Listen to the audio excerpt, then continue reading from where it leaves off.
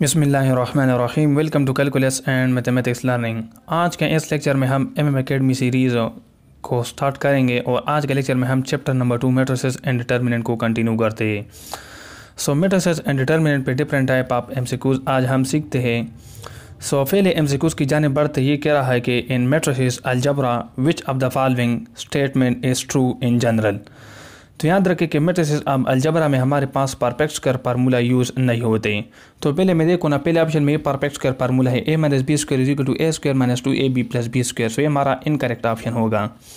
अब दूसरे ऑप्शन में है A plus B whole square is equal to A square plus 2ab plus B square. ये भी परफेक्ट स्क्वायर फार्मूला है। अब लास्ट ऑप्शन में A minus B into A plus B is equal to A square minus B square है। तो याद रखें ये भी परफेक्ट स्क्वायर फार्मूला है। ऑप्शन नंबर सी में हमारे पास ए मैट्रिक्स बी के साथ मल्टीप्लाई हो रहा है और यहाँ पे बी मैट्रिक्स मल्टीप्लाई हो रहा है ए के साथ।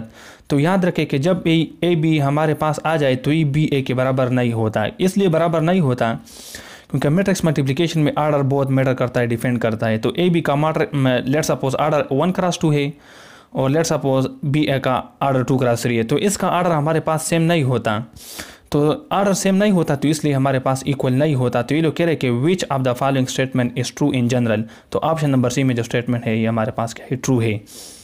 अब नेक्स्ट एमसीक्यूज है the value of the determinant. 3 - 1 4 5 ये गिवन है, देन -2 6 0 1 गिवन है, देन हमारे पास 0 0 0 0 है।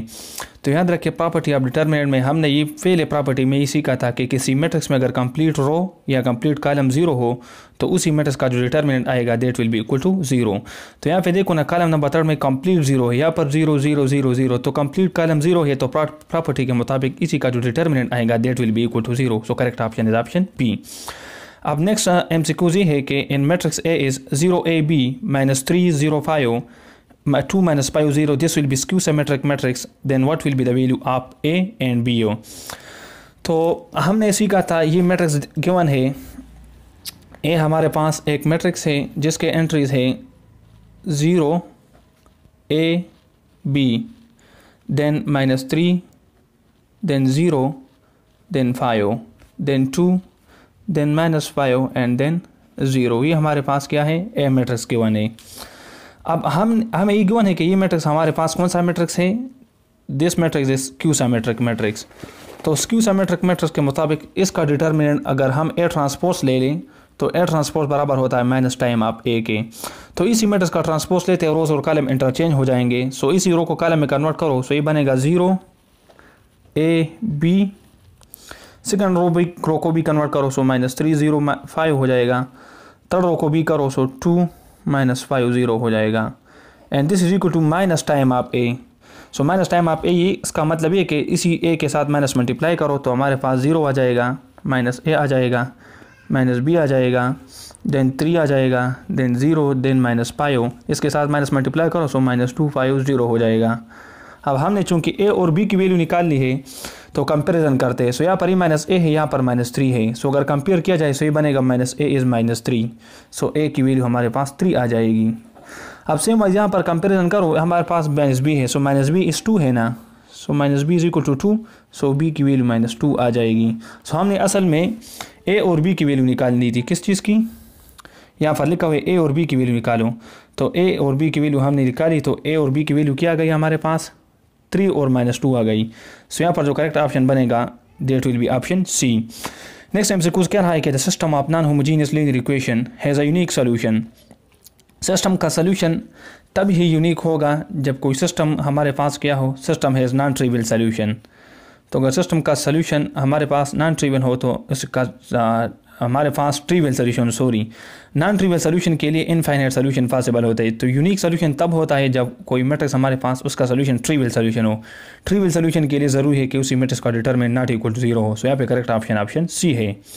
अब rank of identity matrix. So identity matrix हमारे पास 3x3 के लिए ये लोग कह रहे हैं कि फाइंड आउट करें। सो आइडेंटिटी 3x3 के लिए इस तरह होता है 1 0 0 0 1 0 देन 0 0 1 होता है। ये हमारे पास 3x3 के लिए आइडेंटिटी मैट्रिक्स है। तो इसी का रैंक क्या होगा, तो रैंक आप लोगों को पता है कि नंबर ऑफ नॉन जीरो रो और number of non zero column होता है। तो इसमें नंबर ऑफ नॉन जीरो रो कितने हैं, हमारे पास नॉन जीरो रो है ही नहीं। इसमें इसमें 1 है तो नॉन जीरो नहीं हो सकता, इसमें भी 1 है नॉन जीरो नहीं हो सकता, इसमें भी 1 है नॉन जीरो नहीं हो सकता। कॉलम भी हमारे पास नॉन जीरो नहीं है, कंप्लीट नॉन जीरो ज़रूरी है इसके लिए। तो कंप्लीट नॉन जीरो कॉलम हमें नज़र नहीं आ रहा, तो इसका मतलब दिस इसका रैंक हमारे पास 3 होगा। अगर लेट्स सपोज ही कंप्लीट 0 होता तो फिर 1 2, सो हमारे पास रैंक 2 होता, लेकिन ये चूँकि 1 है तो कंप्लीट 0 नहीं है, तो इसका मतलब इसका रैंक क्या होगा, 3 होगा। सो यहाँ पे करेक्ट ऑप्शन क्या होगा, ऑप्शन डी होगा 3। If A is AIJ P cross Q then the order of K A will be. क्या है कि ए मैट्रिक्स है, इसका ऑर्डर P क्रॉस Q हो, तो अगर इसी मैट्रिक्स ए के साथ स्केलर के मल्टीप्लाई हो जाए तो रिजल्ट ऑर्डर क्या होगा। याद रखें अगर किसी मैट्रिक्स के साथ स्केलर नंबर के मल्टीप्लाई हो जाए तो ऑर्डर पे इफेक्ट नहीं पड़ता। सो यहाँ पर मैट्रिक्स का जो ऑर्डर होगा that will be same, P cross Q आएगा। So correct option is option A. अभी क्या है कि the value of this determinant will be. So यहाँ पर मैं निकालता हूँ इसका डिटर्मिनेंट। पहले मैट्रिक्स को लिखते हैं, क्या है 1 2 3 4, 1 2 3 4, then 0y4 5, then 0 0 y2, then 0 0 0 y, 0 0 0 y। ये हमारे पास क्या है, दिस इज मैट्रिक्स का डिटरमिनेंट निकालना है। इसको मैं अगर R4 से एक्सपेंड करूँ तो इसको नहीं लिखो, इसको नहीं लिखो क्योंकि ये 0 है, ये भी 0, इसको नहीं लिखो, इसको लिखो। सो y लिखते हैं यहाँ पे। अब ये जिस कॉलम में इसको क्रॉस करो तो y इसी रो में इसको क्रॉस करो और इसी कॉलम में इसको क्रॉस करो, तो हमारे पास ये रहेगा। इसका डिटरमिनेंट लेंगे 1 2 3 0 y 4 एंड देन 0 0 y रहता है, क्या रहता है 0 0 y। अब इसका डिटरमिनेंट लेते हैं तो अगेन इसको कॉलम रो नंबर 3 से एक्सपेंड करते हैं, तो इसका रिजल्ट 0, इसका 0, तो y लिखेंगे। सो y देन y लिखो। अब ये y नहीं है जो जिस कॉलम में इसको क्रॉस करो, इसी कॉलम रो में है, इसी कॉलम में इसको क्रॉस करो, तो इसका डिटरमिनेंट ले लेंगे। सो डिटरमिनेंट लेते 1 2 0 y का। अब इसको भी आप एक्सपेंड कर सकते हैं अगर करना चाहे तो। इसको डायरेक्ट करते हैं, इसको मल्टीप्लाई करो, सो यहाँ से तो वाई स्क्वायर आ जाएगा, इसको मल्टीप्लाई करो, सो वाई माइनस फार्मूले का और यहाँ से 0। सो अगर फर्दर सिंप्लीफाई किया है उससे रिजल्ट क्या आएगा, this will give us Y cube हो। सो इसका मतलब यहाँ पे जो करेक्ट ऑप्शन बनेगा that will be option number D, Y cube. अभी क्या है कि इफ ए इज ABCDEFGHI, ये हमारे पास मैट्रिक्स है जिसका डिटर्मिनेंट 5 के बराबर है। सो अगर इसी मैट्रिक्स के साथ हर एक एंट्री के साथ 2 मल्टीप्लाई हो जाए तो रिजल्ट क्या आएगा। ये हमारे पास ये प्रॉपर्टी है कि डिटर्मिनेंट ऑफ के ए हमारे पास बराबर होता है k power n into determinant of A. सही है। अब के हमारे पास असल में वही स्केलर वैल्यू है जो ए मैट्रिक्स के साथ बार बार मल्टीप्लाई हो रहा है हर एक एलिमेंट के साथ। यहाँ पे देखो ना, हर एक एलिमेंट के साथ 2 मल्टीप्लाई हो रही है, ये स्केलर के है, तो यहाँ के की जगह 2 पुट करो, सो ये बनेगा 2a and this will be के हमारे पास वही 2 है, n हमारे पास ऑर्डर है कि किस ऑर्डर क्या है मैट्रिक्स का, 3 क्रॉस 3 है। सो 3 रो 3 कॉलम है तो n 3 है, तो n को 3 पुट करते हैं, सो 3 पुट करें। डिटर्मिनेंट ऑफ ए हमारे पास क्या है, डिटर्मिनेंट आप ए में given this is 5, so 5 put करते हैं। अब इसको अगर सिंप्लीफाई किया जाए तो 2 पावर 3 से 8, 8 इंटू 5 से 40 आएगा। तो इसका मतलब ये हुआ कि इसी मैट्रिक्स का जो डिटर्मिनेंट आएगा that will be equal to 40 by using this property k power n a। So यहाँ पे करेक्ट ऑप्शन ऑप्शन डी होगा। अब हम नेक्स्ट MCQs की जाने बढ़ते हैं। क्या है कि Cramer rule is use to find out, तो पता है क्रेमर रूल हमारे पास लीनियर सिस्टम को जब हम सॉल्व करते हैं for finding the solution of linear system, तो हमारे पास क्रेमर रूल यूज होता है। So correct option is option B. अब ये मैट्रिक्स दे रखा है कि ये मैट्रिक्स हमारे पास कौन सा है, तो याद रखें ना ये डायगोनल एंट्रीज है, तो डायगोनल एंट्रीज की बिलो जब सारे वैल्यूज ये 0 हो तो ये डायगोनल में जो हमारे पास ट्रायंगल बनता है दिस इज एबाव बनता है, यहाँ पर इस तरह बनता है, इस तरह। तो ट्रायंगल एबाव बनता है 0 के, तो जब एबाव बनता है तो उसको हम अपर ट्रायंगुलर मैट्रिक्स कहते हैं। यहाँ पे करेक्ट ऑप्शन ऑप्शन बी है। अब inverse of cos theta minus sin theta, sin theta cos theta निकालना है। किस चीज़ का निकालना है, cos theta minus sin theta, then sin theta और देन cos थीटा। तो पहले तो इसका हम डिटर्मिनेंट निकालते हैं। डिटर्मिनेंट्स को मल्टीप्लाई करो cos स्क्वायर थीटा माइनस फार्मूले का और इसको मल्टीप्लाई करो so minus sin square theta, so plus हो जाएगा plus sin square theta. Property के मुताबिक ही हमारे पास 1 के बराबर होता है। सो अब ए इनवर्स निकालते हैं, सो बराबर होता है 1 over determinant of A into adjoint of A. Determinant हमारे पास 1 के बराबर आ गया, सो 1 ओवर 1 से 1 आ जाएगा। अब जस्ट एडजॉइंट निकालो, इनवर्स आ जाएगा। एडजॉइंट पे इन दोनों को हम रिप्लेस करते हैं, तो रिप्लेस करो cos थीटा। अगर इन दोनों का साइन चेंज करते तो ये sin थीटा हो जाएगा और ये माइनस sin थीटा हो जाएगा। हमारे पास इनवर्स आ गया, क्या आ गया, ए इनवर्स। अब ऑप्शन में हम देखते हैं, ये हमारे पास ऑप्शन है। अब हमारे पास रिजल्ट क्या आ गया, cos थीटा डायगोनल पे है, ये डायगोनल पे हमारे पास cos थीटा और नॉन डायगोनल पे sin माइनस sin। सो यहाँ पर ये माइनस माइनस है तो माइनस प्लस ये नहीं हो सकता, यहाँ पर माइनस ये भी नहीं हो सकता। cos थीटा पॉजिटिव है, बिल्कुल पॉजिटिव है यहाँ पे। और यहाँ पर ऊपर साइन थीटा है, नीचे माइनस साइन थीटा है। सो करेक्ट ऑप्शन है ऑप्शन सी। अब कह रहा है कि if A order of matrix A is M cross Q and order of matrix B is Q cross N, the order of the matrix will be. मतलब ये है कि ए मैट्रिक्स का ऑर्डर एम क्रॉस क्यू है और B matrix का order Q cross N. So एक अगर बी के साथ मल्टीप्लाई किया जाए तो रिजल्ट क्या आएगा। सो मैं लिखता हूँ एम क्रॉस क्यू और बी हमारे पास है क्यू क्रॉस एन। सो जब दो मैट्रिक्स को हम मल्टीप्लाई करते हैं तो उसका जो रिजल्टेंट ऑर्डर होता है वो लास्ट एंट्रीज होते हैं, ये और ये एम और एन हमारे पास इसका रिजल्ट आएगा। सो करेक्ट ऑप्शन यहाँ पे कौन सा बनेगा, ऑप्शन ए होगा। अब ये मैट्रिक्स दे रखा है अगर ये सिंगुलर हो देन लेमडा की वैल्यू क्या होगी। तो लेमडा 1 1 में लिखता हूँ यहाँ पे lambda 1 1 then lambda -3 1 then -2 0 lambda. ये सिंगुलर है तो सिंगुलर के लिए डिटर्मिनेंट 0 के बराबर होता है, क्या होता है 0। अब इसका डिटर्मिनेंट ले लो। सो इसके साथ मैं मतलब R1 के साथ एक्सपेंड करता हूँ। सो पहला एंट्री लेमडा होगा, फिर लेमडा इसी कॉलम में इसी रो में इसको क्रॉस करो तो ये रह जाएगा -3 1 0 लेमडा। इसका डिटर्मिनेंट ले लो। सो -3 लेमडा इससे 0, सो -3 लेमडा भी लिखता हूँ। फिर इसके साथ इस तरह जाऊँगा R1 से, सो यहाँ पर -1 लिखूँगा। फिर ये -1 इसी कॉलम में है और इसी रो में इसको क्रॉस करो। सो इसका ले लो। सो लेमडा स्क्वायर और यहाँ से +2 आ जाएगा determinant. So lambda square +2 then यहाँ पे +1 लिखूँगा। यहाँ से 1 इसी कॉलम में इसी रो में इसको क्रॉस करूँ। सो लेमडा यहाँ से सिप पर आ जाएगा डिटर्मिनेंट, यहाँ से -6 आएगा।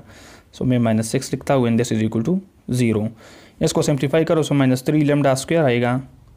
इसको करो। So minus lambda square then -2 then -6 this is equal to 0। अब इससे -4 लेमडा स्क्वायर आएगा, इससे -8 आएगा। जब राइट पे जाएगा हमारे पास क्या हो जाएगा +8 हो। सो लेमडा स्क्वायर हमारे पास क्या आ जाएगा 8 और -4 से -2 आ जाएगा। लेमडा को अगर आप फाइंड आउट करें तो ये बनेगा +-√2 आयोटा हो जाएगा। ये हमारे पास रिजल्ट है। So lambda is +-√2 iota, option C is the right option. अब ये मैट्रिक्स दे रखा है कि द मैट्रिक्स इज 1 0 0 0 1 0 0 0 1। इसी मैट्रिक्स को हम क्या कहते हैं, this matrix is identity matrix. जब डायगोनल पे एंट्रीज 1 1 होते हैं, नॉन डायगोनल एंट्रीज 0 होते हैं तो इसको आइडेंटिटी मैट्रिक्स कहते हैं। Option is the right option. A is a square matrix of order 3 then A - A transpose will be. ये हमारे पास क्यू से मैट्रिक्स का डिफिनीशन है। B is the right option. Next MCQ है कि द मैट्रिक्स 0 6 -5 -6 0 -4 5 -4 0 ये कौन सा मैट्रिक्स है। याद रखें कि स्क्यू और सिमेट्रिक मैट्रिक्स और स्क्यू सिमेट्रिक मैट्रिक्स में डायगोनल एंट्री से पर होते, ये इसकी पहचान है।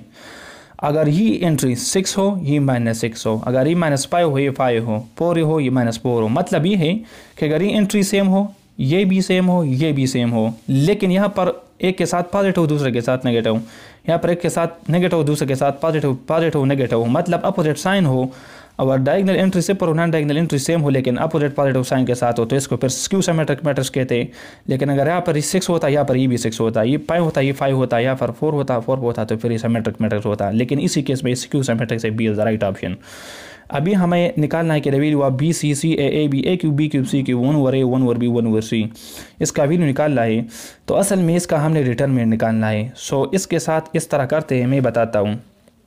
मैट्रिक्स इस तरह है B C A then A B then A cube B cube then C cube then 1/a 1/b 1/c। ये इसका डिटरमिनेंट निकालना होता है। इस तरह करते हैं कि हम ए बी सी को यहाँ पर मल्टीप्लाई डिवाइड करते हैं आउटसाइड, सही है। तो ये ए बी सी नहीं है, ये इसके साथ मल्टीप्लाई हो जाएगा, यहाँ पर हमारे पास बी सी रह जाएगा। ये सेम ए बी सी यहाँ पर मल्टीप्लाई हो जाएगा तो हमारे पास क्या आ जाएगा ए सी आ जाएगा। ये सेम ए बी सी यहाँ पर मल्टीप्लाई हो जाएगा तो सी के साथ कैंसिल ना ये और ए बी रह जाएगा, क्या ए बी। तो यहाँ पर देखो ये ए बी है, ए सी है, बी सी है, ए बी है, सी ए बी सी है, तो ये दो कॉलम हमारे पास सेम हो गए। तो प्रॉपर्टी के मुताबिक जब दो कॉलम्स डिटरमिनेंट में सेम होते हैं तो उसका जो रिजल्ट आता है this is equal to 0। So यहाँ से 0 आ गया और 0 × 1 ओवर ए बी सी से 0 रिजल्ट आ जाएगा। सो यहाँ पे जो करेक्ट ऑप्शन बनेगा that will be option B 0। अभी हमें दे रखा है कि if A B C are the non singular matrices then the A inverse B transpose C whole transpose will be. तो इससे आएगा C ट्रांसपोज, B ट्रांसपोज में ट्रांसपोज से B आएगा एंड यहाँ से A इनवर्स ट्रांसपोज आता है। प्रॉपर्टी के मुताबिक option B is the right option. अब the cofactor of 1 in the matrix will be. So लिखता हूँ मैं यहाँ पे मैट्रिक्स हूँ कि हमने क्या निकालना है, कोफैक्टर निकालना है 2 - 3 5 का, 2 - 3 5 देन क्या है 0 4 4 है, देन क्या है 6 1 5 है। तो ये लोग कह रहे हैं कि हमारे पास इसी 1 का कोफैक्टर फाइंड आउट करें।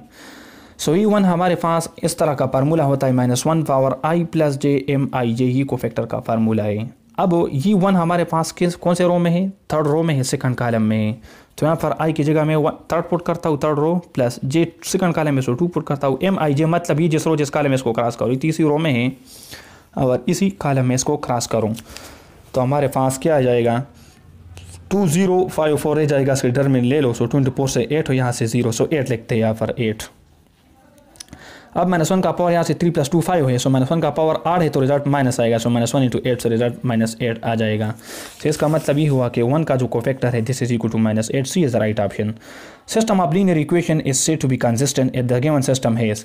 सिस्टम कंसिस्टेंट तब होता है जब किसी सिस्टम का सोल्यूशन यूनिक होता है, सिंगल होता है या इनफाइनाइटली मेनी सोल्यूशन होता है। तो यहाँ पर ऑप्शन ए में 1 सोल्यूशन है तो ये हो सकता है, नो सोल्यूशन तो बिल्कुल नहीं हो सकता, ये तो इनकंसिस्टेंट केस में होता है। इनफाइनाइटली मेनी सोल्यूशन भी पॉसिबल है, लेकिन हम बेस्ट ऑप्शन चूज थे तो दूसरे पेज में मैं जाता हूँ। यहाँ पर ऑप्शन डी में लिखा है 1 आर इनफाइनाइटली मेनी सोल्यूशन। सो ये करेक्ट ऑप्शन है, 1 भी हो सकता है, इनफाइनाइटली मेनी सोल्यूशन भी हो सकता है। अब द वैल्यू ऑफ के for which the system has non trivial solution, तो मैं आपको बताता हूँ। यहाँ पर कोएफिशिएंट 1 1 1 है। क्या है? 1 1 1। तो मैं लिखता हूँ 1 1 1। फिर कोएफिशिएंट है 2 1 - k, 2 1 - k। फिर कोएफिशिएंट है 1 2 - 2, 1 2 - 2। कह रहा है कि इसका सोल्यूशन क्या होगा कि द सिस्टम वैल्यू ऑफ के for which the system is non trivial solution. तो नॉन ट्रिवियल सोल्यूशन मैंने बताया तब होता है जब इसी का डिटरमिनेंट हमारे पास किस चीज़ के बराबर हो? 0 के बराबर है। तो यहाँ पर 1 लिखता हूँ। फिर ये इसी कॉलम में इसको, इस रो में इसको क्रॉस करो, सो इसका डिटरमिनेंट से क्या आएगा? -2 + 2 के आएगा, -2 + 2 के। अब ये -1 आएगा, क्या आएगा? -1। अब ये 1 इसी कॉलम में इसी रो में इसको क्रॉस करो, सो -4 + k आएगा। फिर इसी का नंबर है, सो इसके साथ साइन 1 आएगा। ये 1 इसी कॉलम में इसी रो में इसको क्रॉस करो, सो यहाँ से 2 × 2 से 4 - 1 से 3 आएगा and this is equal to 0। So यहाँ से 2k - 2 आ जाएगा, देन यहाँ से 4 - k आ जाएगा, यहाँ से +3 इज इक्वल टू 0 आ जाएगा। सो -k एंड 2k से क्या आ जाएगा? यहाँ से +2 +3 से 5 आ जाएगा एंड जब राइट साइड पे जाएगा सो -5 हो जाएगा। सो k की वैल्यू हमारे पास क्या आती है? सिंपल -5 आता है। सो 21 में करेक्ट ऑप्शन ए है। 22 में क्या है कि द कोफैक्टर ऑफ A23 क्या होगा?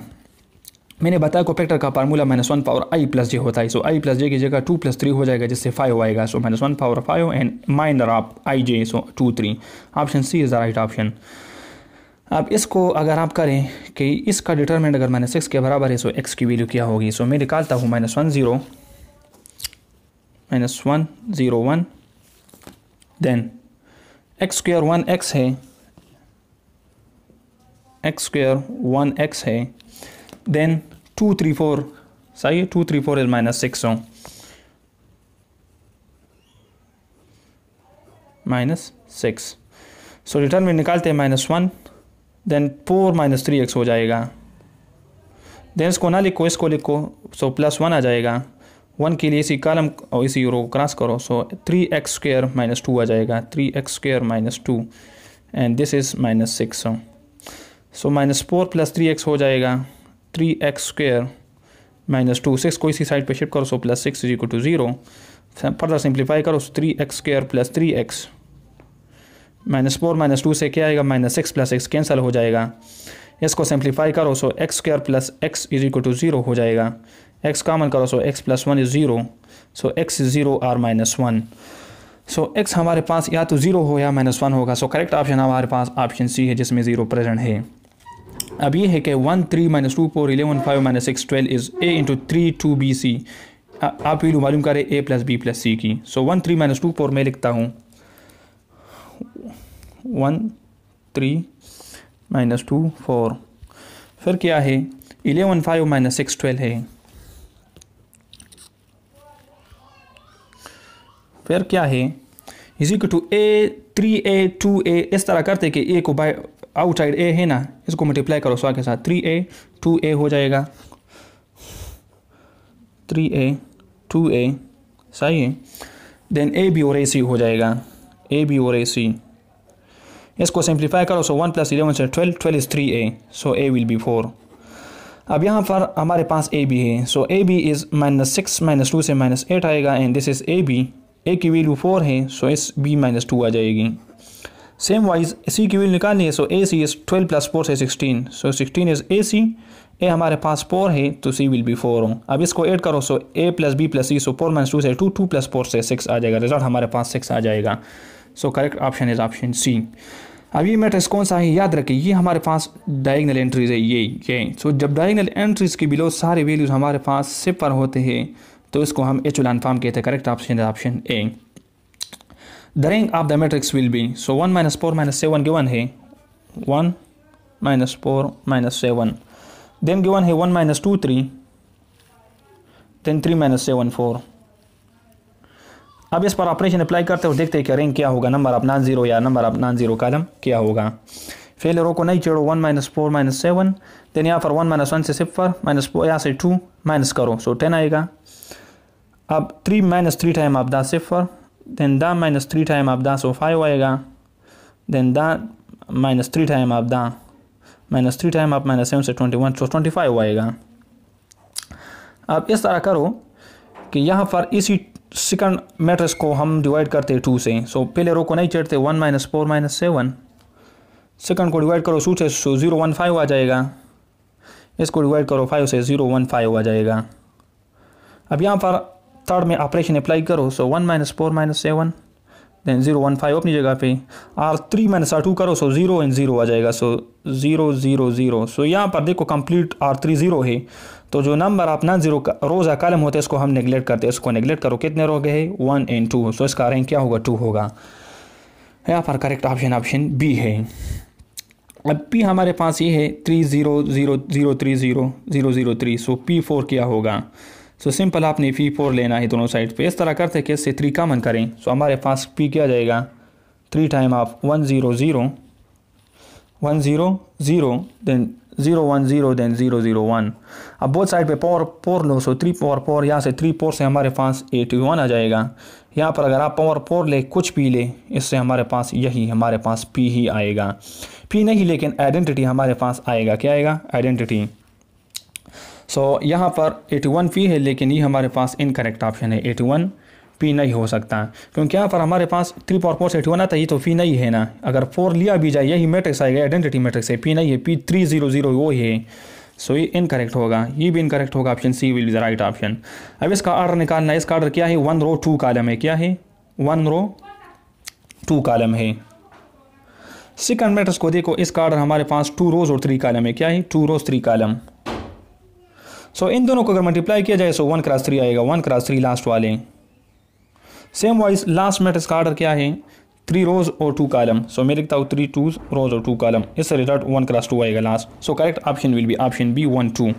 If A B are matrix then A B will be 0 such that A is 0 और बी इज 0, कोई भी हो सकता है यहाँ पर 0, so option is the right option.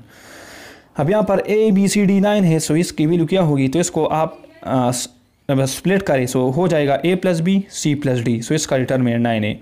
फिर आप लिखोगे 3b b 3d d, इस पर ऑपरेशन लगाओगे, इससे रिजल्ट 0 आएगा, क्योंकि दो कॉलम सेम आ जाएगा, सो इससे रिजल्ट सेम 9 ही आएगा। Correct option is option B 9। A inverse into inverse, so minus into minus multiply हो जाए, रिजल्ट ए ही आता है प्रॉपर्टी के मुताबिक। Correct option is option D. 32 में ये मैट्रिक्स दे रखा है, तो जब डायगोनल एंट्री सेम होते हैं 1 के अलावा ये 2 है, तो जब डायगोनल एंट्री सेम होते हैं, नॉन डायगोनल सिपर होते हैं, इसी मैट्रिक्स को हम स्केलर मैट्रिक्स कहते हैं। बी राइट हुई, लेकिन ये सिमेट्रिक मैट्रिक्स भी है, ऑप्शन डी भी करेक्ट है, और ट्रायंगुलर मैट्रिक्स भी है, हमारे पास ट्रायंगुलर भी है, अपर ट्रायंगुलर भी है, लोअर ट्रायंगुलर भी है, D is the right option. अब ये हमारे पास रहते हैं, तो ये भी ठीक है, ये भी ठीक है, ये भी ठीक है, प्रॉपर्टी के मुताबिक ये हमारे पास करेक्ट हो जाएगा। अब A B are 2 matrix A + b square is a square b square + 2ab, ये हमारे पास तभी हो सकता है जब ये प्रॉपर्टी हमारे पास क्या हो, राइट हो। अभी हमारे पास लास्ट MCQs हैं, A B are positive real number such that a is b is c, then आप यहाँ पर b की जगह a पुट करें, सो log आप a to the base a से 1 आएगा, c की जगह a पुट करें, सो log आप a to the base a से 1 आएगा, ये भी 1, कंप्लीट रो 1 हो जाएगा। यहाँ पर c की जगह b पुट करें, सो log आप b to the base b से 1, a की जगह b पुट करें, log आप b to the base b से 1, यहाँ पर भी 1, तो ये दो रो हमारे पास कंप्लीट सेम हो जाएंगे 1 1 प्रॉपर्टी के मुताबिक। इससे जो डिटरमिनेंट से रिजल्ट आएगा that will be 0, so correct option is option B, so 0 is the right option. इसके साथ ही लेक्चर खत्म करना चाहता हूँ, इंशाल्लाह फिर नेक्स्ट लेक्चर में वेक्टर जो कि चैप्टर नंबर 3 है वो स्टार्ट करूँगा। So thank you for watching this video.